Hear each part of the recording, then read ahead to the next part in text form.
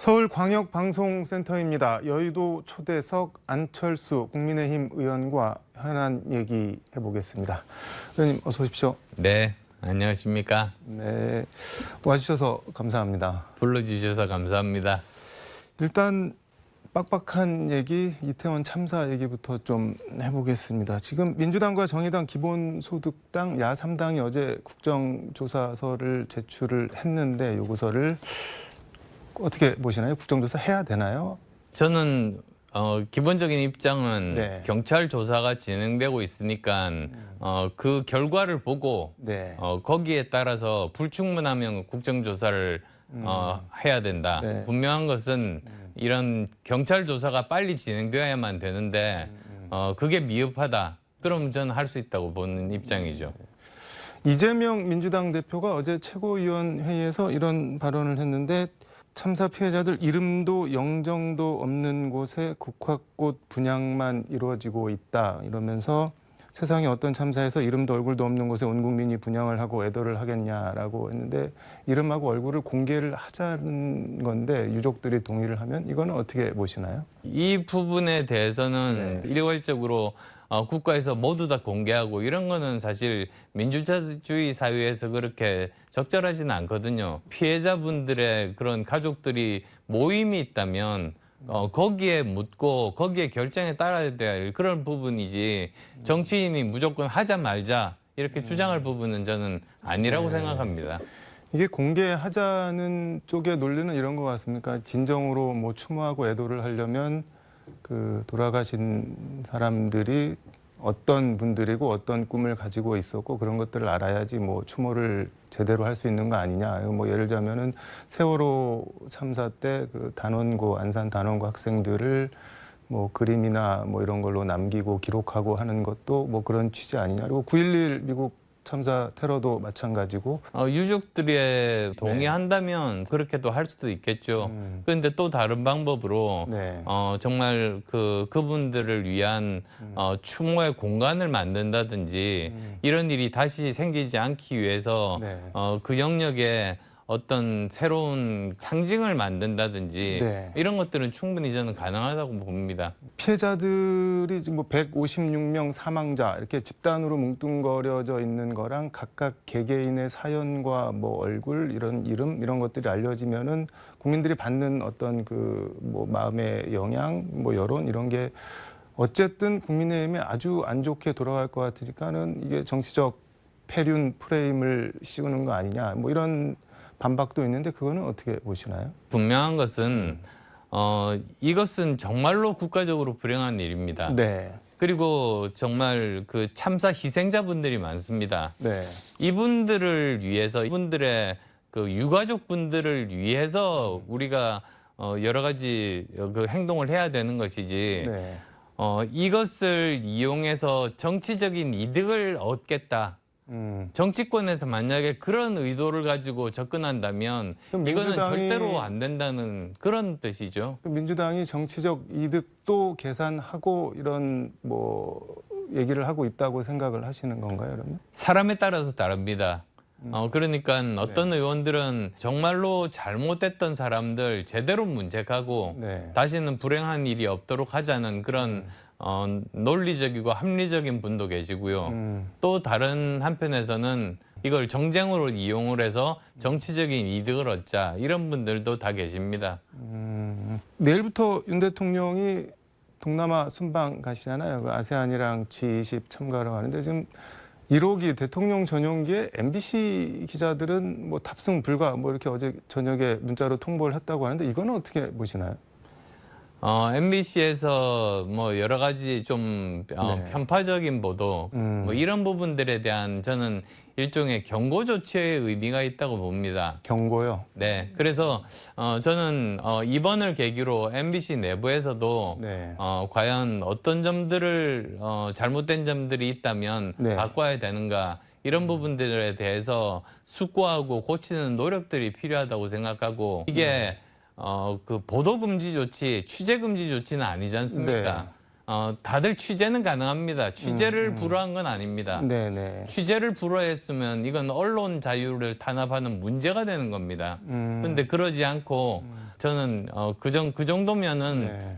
충분하고 일회성으로 그쳤으면 좋겠다는 그런 생각입니다. 이게 지금 다 떠나서 이제 자막 조작 뭐 논란 이런 게 언급을 이제 뭐 이유를 들었는데 이런 걸 다시 소환하는 게 뭐 윤석열 정부에 뭐 어떤 도움이 될 것이며 그리고 가령 이런 게 국경 없는 기자회 이런 뭐 국제 언론 단체에 알려지면은 이거 괜히 또 필요 없는 망신을 자초하는 거 아니냐 뭐 이런 생각도 좀 들고 그리고 일반 국민들이 보기에는 아 MBC 뭐 싫다 밉다 그러니까 너 뭐 우리 비행기 타지 마 내 비행기 타지 마 이렇게 생각할 수도 있단 말입니다. 이거 어떻게 봐야 될까요? 저는 그렇게 생각하지 않는 것이 네.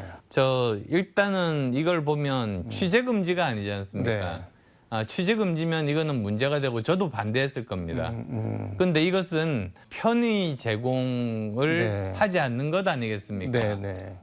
그건 굉장히 그 경징계 내지는 그냥 경고 정도의 의미라고 봅니다. 언론의 탄압을 하는 것이 아니고 네. 편의 제공을 하지 않는 그 정도 수준이니까 네. 그건 충분히 가능하고 외국에서도 네. 그 사실은 과연 이것을 계속 하는 것인가 또 다른 추가적인 어떤 제재 조치가 있는 것인가 네. 이런 것들을 볼 겁니다. 그런 게 없다면 저는 외국에서도 이걸 언론 탄압이라고 보지는 않을 겁니다. 네. 국민의힘 얘기 좀 해보겠습니다. 당대표 나오시는 거죠? 네, 그렇습니다. 전대는 근데 언제 하나요? 지금 뭐 시기가 뭐 한동안 말이 있더니 지금은 1, 2월에 할 거면은 지금쯤 얘기가 나와야 되는 거 아닌가요? 그렇습니다. 사실 만약에 전당대회를 네. 한다면 가장 먼저는 이번에 12월 내로 예산국회, 정기국회가 끝나지 않습니까? 네.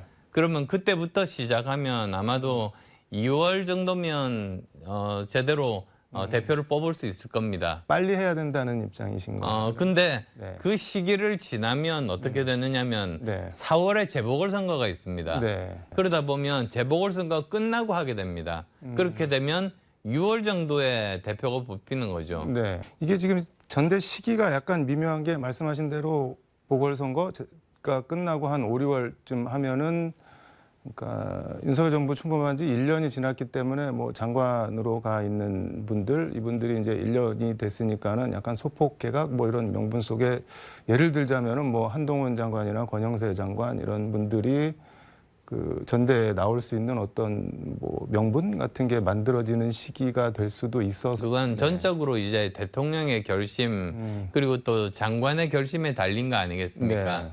근데 오히려 저는 뭐 개개인 장관분들에게 말씀을 뭐 어떤 평을 하는 것보다는 오히려 제가 왜 당대표가 되어야 되는지 그 말씀을 드리면 대답이 될 것 같습니다. 왜 당대표가 돼야 되나? 저는 세 가지로 말씀드리겠습니다. 사실 10가지도 넘습니다만 네. 세 가지만 말씀드리면 우선 정말로 첫 번째는 네.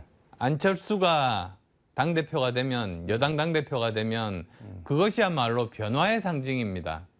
다른 분들은 어느 분이 당대표가 된들 여당이 변했다고 국민들은 모두 다 못 느낄 겁니다. 네. 저는 변화의 상징이다. 이제 그 말씀을 드리겠고요. 네. 두 번째로는 저는 지난 10년간 네. 스윙보터 중도층이라고 합니다만 10년 동안 정말 그분들에 대해서 연구하고 그분들에게 소구력을 가지기 위해서 열심히 노력했습니다. 네. 이분들이 그 선거의 승패를 결정하는 그런 분들입니다. 네.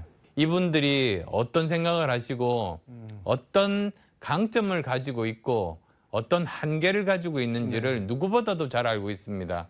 그리고 대부분 이분들이 수도권인데 이번 총선은 수도권 승부입니다. 네.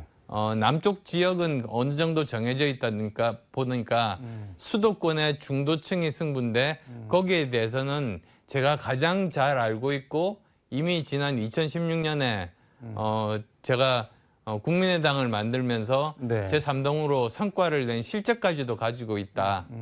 저는 정말로 네. 그 말씀을 드리고 싶고요. 네. 세 번째로는 네. 저는 잠깐만 10가지가 너무 많아갖고 그중에 하나 추리려니까 어려우신 건가요? 네. 네.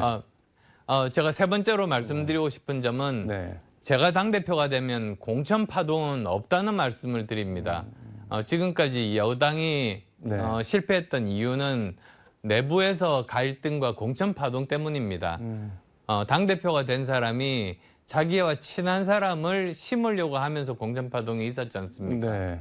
근데 저는 제가 심어야 될 사람이 없습니다. 네. 저희 편을 이렇게 공천하는 것이 아닙니다. 따라서 저는 이기는 공천을 할 수 있는 유일한 후보다 그런 말씀드립니다. 이게 그런데 이제 국민의힘 안팎에서 이런 말이 공공연하게 나오는데 이제 당 대표 뽑는 전대 제1 그라운드 룰 절대 규칙은 유승민은 안 된다. 그리고 두 번째 그라운드 룰이 차기 대선 후보는 안 된다. 뭐 이런 말들이 나오고 있습니다. 이건 어떻게 보시나요? 차기 대선 후보도 안 된다는 건 굉장히 한가한 이야기입니다. 한가한 얘기다. 네, 왜 그러냐면 네. 지금 대선이 중요한 게 아닙니다. 총선이 중요합니다.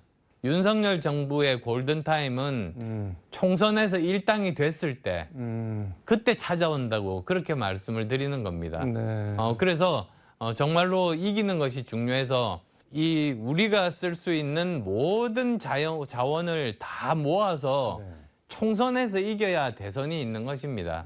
그래서 지금 대선 후보는 안 된다. 이런 것은 굉장히 한가한 이야기라는 말씀 드리고 싶고요. 네. 그리고 또 보통 대선 1년 전 총선 같으면 그 말도 설득력은 있습니다. 다 이쪽으로 몰리기 때문에요. 네. 승리한 저 당대표에게 몰리기 때문에. 근데 이번에는 3년이나 남았습니다. 3년 동안 당대표가 2번 바뀝니다. 네. 그러니까 그런 걱정은 사치스러운 것이다. 그렇게 말씀드리고 싶습니다. 언론 인터뷰에서 저보다 대통령과 잘 소통할 수 있는 사람 없다, 깊은 신뢰가 있다 이렇게 말씀을 하셨는데 어떻게 요즘 잘 지내고 계신가요? 뭐 어떻게? 네, 아시겠습니다만 네. 저는 윤석열 대통령과 단일화를 통해서 정권 교체를 네. 이룬 사람입니다. 누구보다도 그 이해의 폭이 깊습니다. 그래서 저는 실패할 자유가 없는 사람입니다. 윤석열 정부가 성공을 해야만 된다는 그 절박감은 네. 제가 제일 강하다고 그렇게 말씀드릴 수가 있습니다. 네. 알겠습니다. 근데 여론조사 지지율 놓고 보면은 뭐 유승민, 나경원 전 의원이 1, 2등 다투는 것 같고 의원님은 약간 그 뒤에 있는 것 같은데 당선 대표 되실 자신이 있으신가요? 나오시면? 저는 대표될 자신이 있습니다. 바로 어제 발표가 됐습니다만 뭐 메이저 방송사에서 조사한 결과를 보면은 네. 일반 민심으로 보면 제가 2위입니다. 그리고 또 국민의힘 지지자들만 놓고 보면 또 제가 2위입니다. 지금은 그 정도 포지션이기는 합니다만 네. 제가 한번 계산을 해봤습니다. 어제 데이터로 계산을 해보면 3명이 거의 비슷하게 나옵니다. 근데 과연 유승민 전 대표가 출마할 수 있을지 그리고 또 지금 나경원 저출산 고령화 위원장이 지금 현재 장관 대우를 받고 있는 분으로서 과연 출마를 할 수 있을지 잘 모르겠습니다. 지금 이런 3강 이외에는 네. 거의 굉장히 미미한 그런 수준이기 때문에 저는 열심히 최선을 다해서 당원의 선택을 받을 생각입니다. 나경원 대표는 뭐 직책을 맡은 게 있으니까 그렇다고 치고 유승민 전 의원도 출마 자체가 어렵다고 보시는 건가요? 출마야 그냥 본인이 하시면 되는 거 아닌가요? 저는 공개적으로 밝혔습니다만 가능하면 많은 분들이 출마했으면 좋겠다. 아니 1등 하고 있는 사람이 안 나오면은 의원님한테 좋은 거 아닌가요? 뭐 여러 사람이 나오면 또 알 수는 없지 않습니까? 그렇지만 저는 제가 비록 어렵다고 하더라도 네. 당 전체가 흥행할 수 있으면 그것이 더 바람직하다. 네. 그렇게 생각합니다. 알겠습니다. 시간이 많이 지나서 요거 하나만 뭐 저 대표님 관계자분이 말씀을 하셨는데 호남 예산 지킴이다 뭐 이렇게 소개를 은근슬쩍 해주고 가셨는데 어떤 얘기인가요? 네, 사실 지금 현재 예산 시즌이다 보니까 여러 지자체장 분들이 네. 각 의원실에 다니면서 그 지역 예산에 대해서 설명을 하고 계십니다. 네. 근데 저는 특히 예전에 국민의당 시절에 알던 분들이 굉장히 많습니다. 그래서 그분들 만나가지고 가급적이면 그분들이 정말 원하는 예산들 네. 반영하기 위해서 제가 아는 의원들 동원해서 최선을 다해서 반영하려고 네. 지금 여러 다방면으로 지금 노력하고 있는 중인데 네. 사실 누구한테 이렇게 밝힌 적은 없습니다만 네. 그게 또 알게 모르게 시장님들 통해서 소문이 났었나 봅니다. 더 열심히 하겠습니다. 알겠습니다. 오늘 말씀은 여기까지 듣도록 하고 자주 나와서 좋은 말씀 들려주셨으면 고맙겠습니다. 네, 잘 알겠습니다. 네, 고맙습니다. 감사합니다. 네, 지금까지 서울광역방송센터에서 안철수 국민의힘 의원과 함께 전해드렸습니다.